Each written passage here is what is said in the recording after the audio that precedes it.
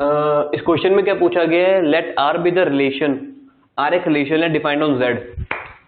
Z क्या होते हैं हमारे, क्या होते हैं, इंटीजर्स। मतलब ये रिलेशन जो है हमारा इंटीजर्स में डिफाइंड है, एक रिलेशन इंटीजर्स में डिफाइंड है। इसका मतलब क्या हुआ, इसका मतलब है कि इसका जो डोमेन है, इसकी जो रेंज है, दोनों इंटीजर्स ही हो सकते हैं, उसके अलावा कुछ नहीं।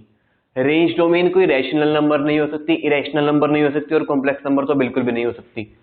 तो Z में डिफाइन का यही मतलब है कि इसकी रेंज और डोमेन दोनों ही इंटीजर्स रहेंगी। R is relation A B such that, हाँ वही गिवन है, A belongs to Z and B belongs to Z। A भी इंटीजर है और B भी इंटीजर है, such that A square is equal to B square, A square is equal to B square. इसका क्या मतलब हुआ, एक बार मैं स्क्वायर को तोड़ूंगा तो मेरा क्या आएगा, A is equal to plus minus B, A square is equal to B square है ना। अब क्लियरली है कि मेरा B जो है कोई भी इंटीजर हो सकता है, पॉजिटिव नेगेटिव, नेगेटिव पॉजिटिव, कोई भी इंटीजर हो सकता है B। उसके कोरस्पॉन्डिंग A भी मेरा कोई भी इंटीजर हो सकता है, फिर पॉजिटिव भी नेगेटिव भी। अगर मैं B का इनपुट देता हूं -1, तो A के मेरे दो आउटपुट आएंगे, एक तो माइनस के साइन से आएगा, मतलब सॉरी एक गलती की है मैंने, हम A is equal to plus minus B ना लिख के B is equal to plus minus A लिखेंगे तो बेटर रहेगा। Why? बिकॉज हमारा जो राइट हैंड साइड पे लिखा होता है वो रेंज होता है। यूजुअली हम एक रिलेशन को ना रेंज की फॉर्म में एक्सेप्ट करते हैं, that range is equal to something of domain, और जो लेफ्ट हैंड साइड लिखा होता है वो हमारा डोमेन होता है। तो डोमेन हमारा कोई भी इंटीजर पॉसिबल है। लेट से पहले मैंने डोमेन को मैंने 1 दिया, A मेरा 1 हुआ, उससे B की कितनी वैल्यू आई, +-1, दो वैल्यूज आई, एक -1, 1 के कोरस्पॉन्डिंग एक +1। अब मैंने A को -1 दिया, अब B की कितनी वैल्यू आई, अब भी दो वैल्यू आई, एक प्लस के कोरस्पॉन्डिंग -1, एक माइनस के कोरस्पॉन्डिंग +1। तो इस तरह से हमारे हर एक A के इनपुट पे B की दो दो वैल्यूज आ रही हैं।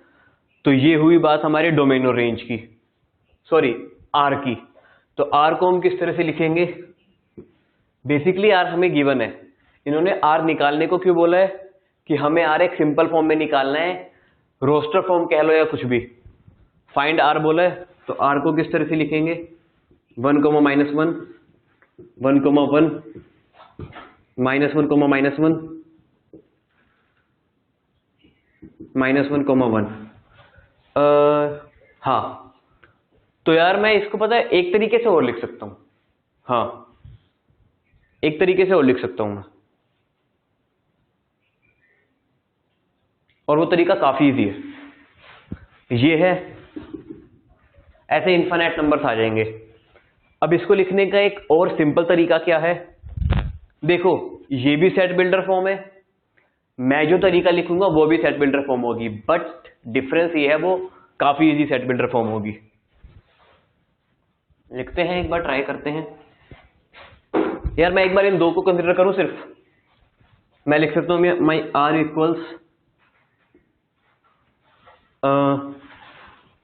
A comma -A comma A such that A belongs to integer. खत्म खेल।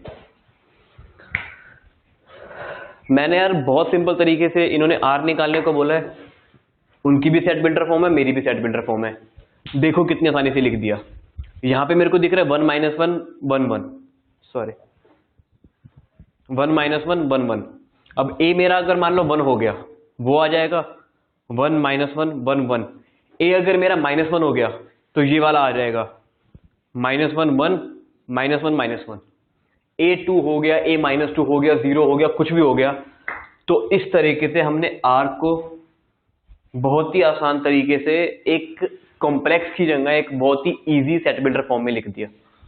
अब हमसे क्या पूछा गया, R हमने निकाल लिया, ये R है, डोमेन क्या है इसकी, जैसा हमें दिख ही रहा है कि डोमेन मतलब ये वाली वैल्यूज एक ही है, 1 1 -1 -1। तो डोमेन भी इसका कोई भी इंटीजर है, +1 -1 0 -2 -3 +2 +3 till infinity.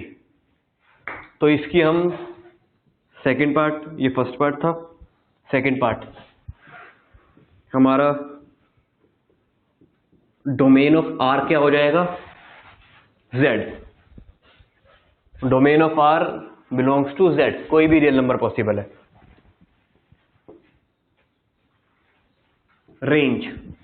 Range of R क्या हो जाएगी, हमारा ये वाला नंबर जो होता है, ये भी हम देख रहे हैं +1 -1 कोई भी इंटीजर हो सकता है, कुछ भी पॉसिबल है। तो रेंज भी इसकी हो जाएगी सिंपली Z, इसकी रेंज भी कुछ भी पॉसिबल है।